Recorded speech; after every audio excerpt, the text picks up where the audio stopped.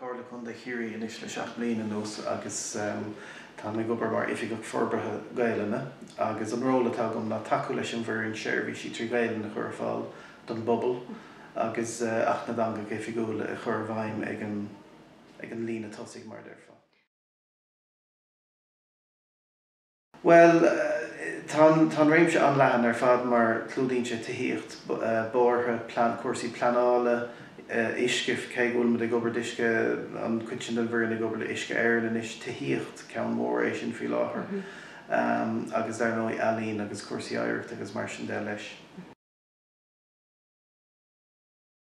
Sa bhfuilteach an sathgar go riine tá Oifigeach cantar áitiúil agan agus tá Gaeilge ag an bhir ar fadan son agus mar géine ag an Labhraíonn tá trúir gobar sa Labhraíonn agus Gaeilge ag fada go siúd fechad rud céine fear hís in íomhráthach tá Oifigeach cantar an son agus Labhraíonn cé go siad lonathe leis mud bhfuilteach tá dul go sé orthú séirbhí sí a láthair trí Gaeilge.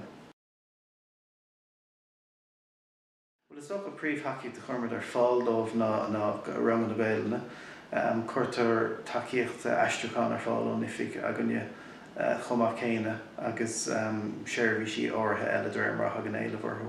Ach go héad na rangna de, is dócha le 7 mbliana nús tá thart 100 duine tar éis dul tríd an choras sin freastal ar cuasaí Gaeilge insa Chárla Contae agus tuairt faoi scrúdathe TEG nó Teastas Eorpach na Gaeilge. Agus is mór chuid é 100 duine bheith dul tríd an choras mar sin. Is ook an buntáiste is mána gur choras omláin é ó hús deire tá takeíochtaí ar fáil ar líne, tá an syllabus an, tá takeíochtaí ar fáil an syllabus sin, tá scrúdú ag an deire. Agus sa tlí sin tá fálamór ábhta tactaisteach agus tá leibhéalacha difriúla. Tá fálamór ábhta tactaisteach ag leibhéal áirithe. An cuasaí dhéanamh, syllabus a leanúnt, tuairt faoin scrúdú agus an son bugad a rainn chéad bhliain eile ní bheidh siad dul timpeall ggéirceal i dul isteach sa rang sa chaighdeán céine ó bhliain go bliain. An rud a dhéanamh bit na sa Chárla Contae ná déanamh measúnú ar gachéine ag an tús a sé sin fearrthachtach le go gcuirfí daoine isteach ag an leibhéal céine má ha daoine ag leibhéal go difriúla go tití an cuid is fearr a chuamach mar ní léon dúshlán dómh agus tití an dramas lí amach mar tá sé ó dheachar dómh. So ní léon fantáiste daoine man bhfuil an grúpa cearta agat. So nar hagann siad isteach den tar measúnú ar dúis agus ní is an tasníimiid an cuasa bíonn siad ar siúla ritham Oibre an gáir clíc sa tachtain a feibéidir 25 seachtain. Clúdaíonn mit an syllabus agus an son tugann siad faoin scrúdú. De an ábíonn an scrúdú Contae Chiarraí á ag an nó beidir i gCorcaigh.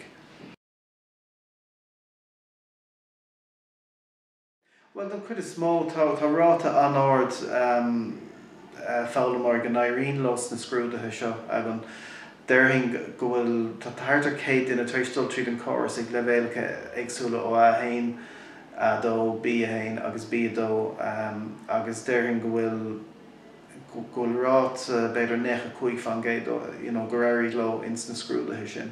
So tá sé an ard ach tá sé ard mar dhéanamh go bhfuil go gcuirm daoine isteach ag na leibhéalacha cearta ón tús.